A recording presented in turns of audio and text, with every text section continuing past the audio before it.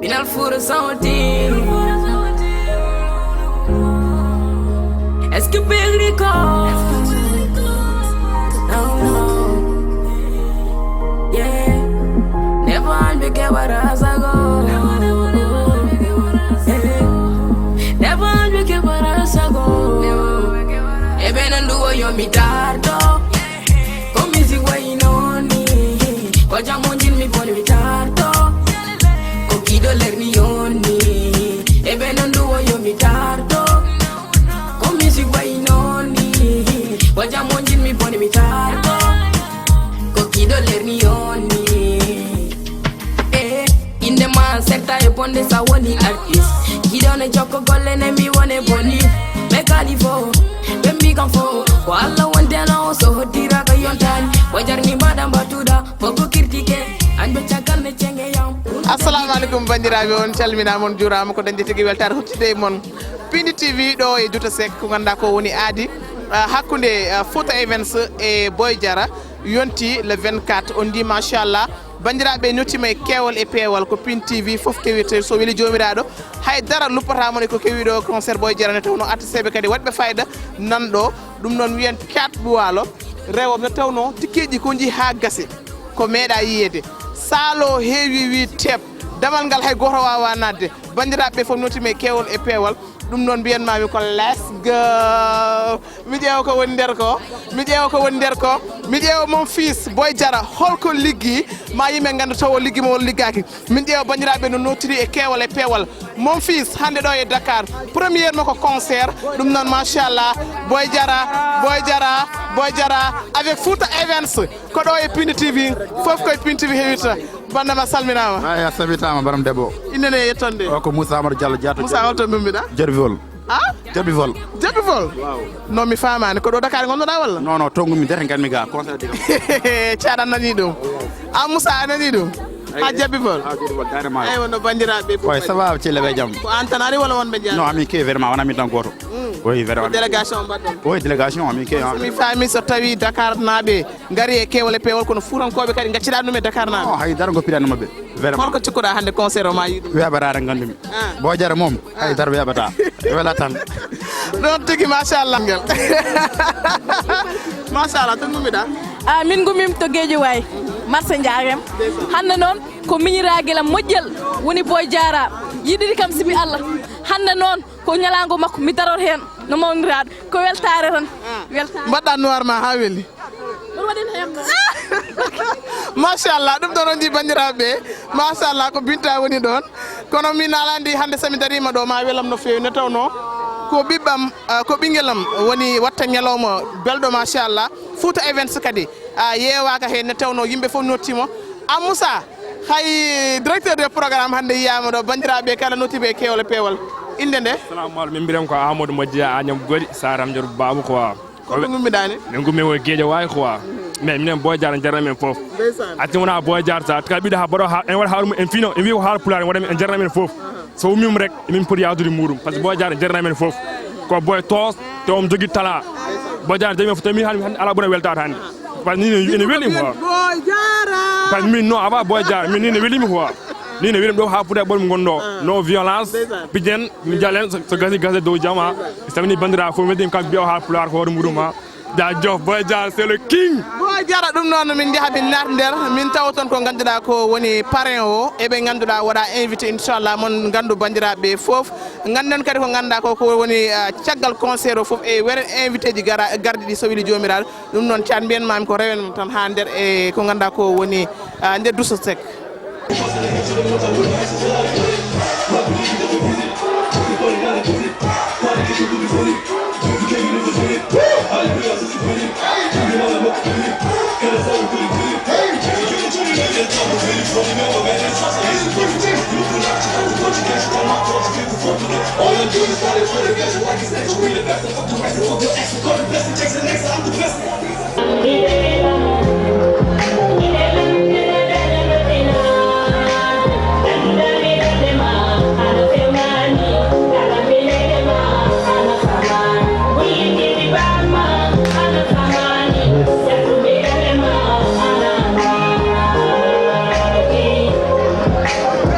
ɗum noon bandiraɓe naati ɗo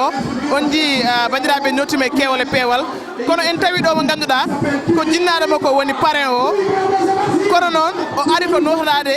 ari kadi e keewal ari délégation mo machallah no mbimal guettamo ni gaddu koruji goni koye wadde mini kono ala probléme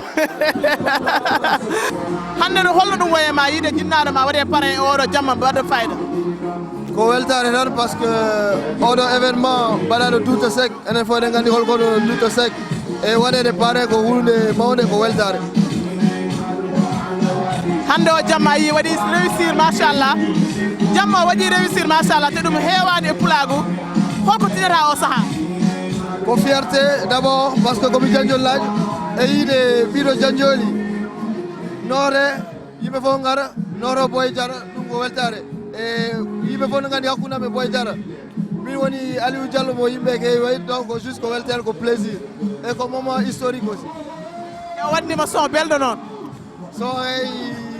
ono ɓuuri andude hokkudema kamɓe minane non hakkudame Boy Diarra ala kamɓe ko yidde tan woni ɗon hol message moɗɗa lancé onon gandi koye période élection ngaji gonɗen donc mbiyatmi jeunesse o tan ko yoɓe nanngu nimagu mabɓe par ce que neɗɗo to jaab soodede e le 23 janvier goto fof yo woranmo yiɗi et puis fuuta yaro yesso yiide oɗo ful foof notaade machallah Boy Diarra weltare mawde par ce que Boy Diarra ko cukalel yimɓe fof ne gandi ko cukalel so tawi o yeehi o waɗi parrain Abou Diallo Balel o teddiniri min mbawi tan ko arde notade mo e kadi vraiment weltanade mo par ce que yiide ɗo oɗo mobilisation déjà ko hunde yonde weltinode fittando kala jiiɗo cukalel eno notire ni yimɓe bertoto en mamin pat seeɗa madame Badda Amadou seeɗa ayi ko oɗo noon ɓeydi addude min o wi tan ko ma ara kañum ne ndeysan ala yiɗi Boy Diarra a andi sowoji ɗuɗi a andi sowoji Boy Diarra ren sowoji fof ɗum noon hande mamin jima am ɗo seeɗa eyi solla jaɓi ok merci on catɓe walo on ji bandiraɓe fof notime e keewal e peewal ko ganduɗa ko woni jamma Boy Diarra e ko ganduɗa ko woni Fouta Events joni gaccanmami ƴetta ko ganduɗa ko woni fuulo ƴettaɓe e keewal e peewal kono délégation ha joni feewan ƴetten o gorkaji mo ganduɗa addu koye Aliou ɗum noon foof koye délégation o indena yettonde Amadou Mouhamadou Ba Amadou oui Amadou Ba onon babaɓe hande on dilli c'est bien normal par ce que événement o no jiiɗa ɗum ni ko Fouta wonɗo henna sa yi Fouta mbiyata ko Boy Diarra sa yi Fouta mbiyata ko Aliou Diallo Balel Aliou mbiyata paɗen koye élection locale ayi Fouta natima a notima ayi la jeunesse foutankaise notima ayi mawɓe notima sukaɓe notima womin ganduɗa meeɗa nadde concert handam goo nadde concert je le dis haut et fort je le déclare saabi ɗum également ko oɗo ko jontaɗo ko suka togoso mais ko jontaɗo liyetna bamum so tawi Allah wiye ɓurano mbatta hakkille jinnaɓe moɗon exemple nani battu hakkille jinnaɗo muɗum doganide jinnaɗo muɗum mbaɗen ko élection min mbi jinnaɗo makko yo foftoron min doganamo campagne o hamin kawanamo min palomo Blaise Diagne min nawmo ogo min joƴinamo so Allah jaaɓi ndare public o c'est la région de Matam c'est le département de Matam c'est la commune de Ogo qui est là merci également merci beaucoup ɗum noon carko noon tigui merci beaucoup Fouta Events dañi wune Boy Diarra dañi wune fulɓe dañi wune kala biyo mbima minde weltima oɗo jamma ɗum noon machallah bawɗo kay watta koye barigal bawɗo watta koye barigal so tawi ɗo mon frère mon ami no jeune mo ganduɗa wiyata ko wone Sénégal mbiyata Allah mala an l'influenceur tiktoker mo ganduɗa ko hettinano fe inde nde yettonde Mamadou Deme mbiyetemi mais ɓurmi andirede ko Sifou Deme voilà sikkannomi an ko tiktok tan mbawɗa bah non parce que min comme animateur gonmi ko radio Molle Ren Média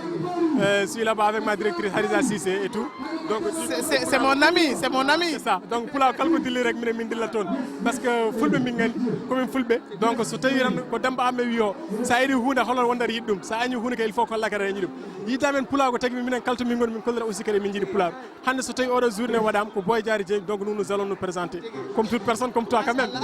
holno jiiɗa Pin TV bah Pin TV oɗon mbaɗa golle mbaɗi fayida quand même je vous regarde tout le temps surtout les séries à travers vos séries et émission ngaji mon mbaɗi fayida surtout émission ma aussi mine mon n'est-ce pas e ko hunde aussi kadi wonde fayde donc one love e big up aussi continuer rek merci beaucoup frère ɗum noon caat ko noon tan mbatten hen ƴeewen ko woni nder ko ɓooy noon ara joni joni ɓooyata sewli jomiraɗo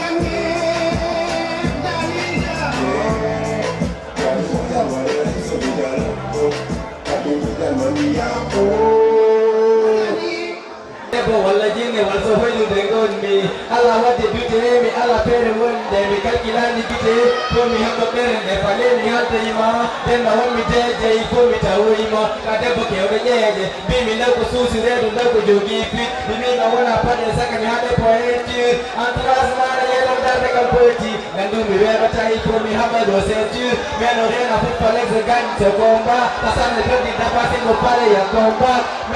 metodaji bange po memba mulia ni toko mianda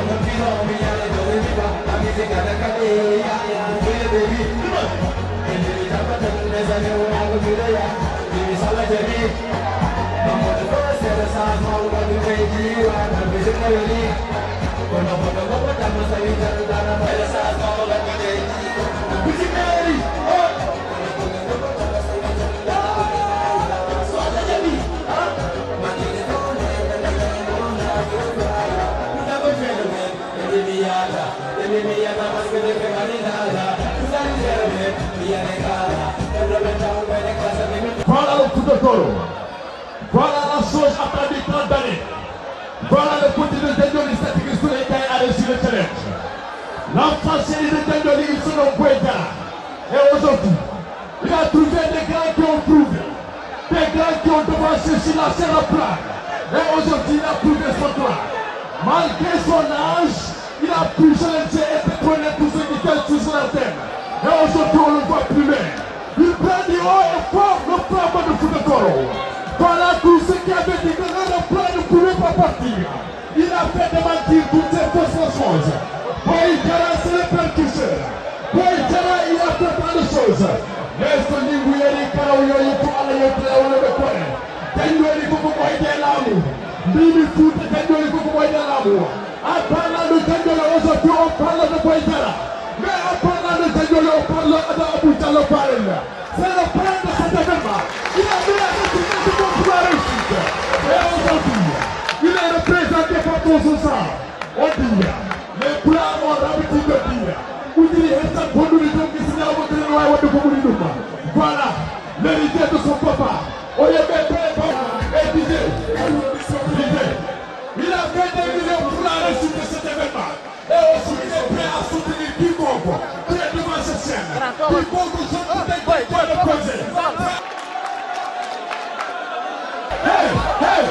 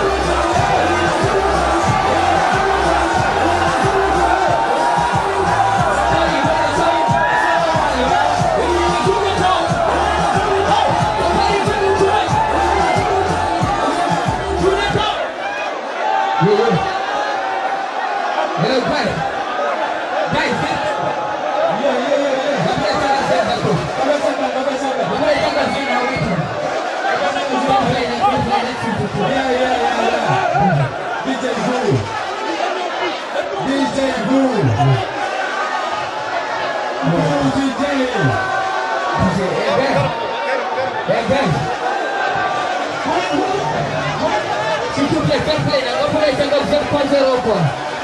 On a dit 7.0 là. On a dit 7.0. On peut aller dans la chose. DJ.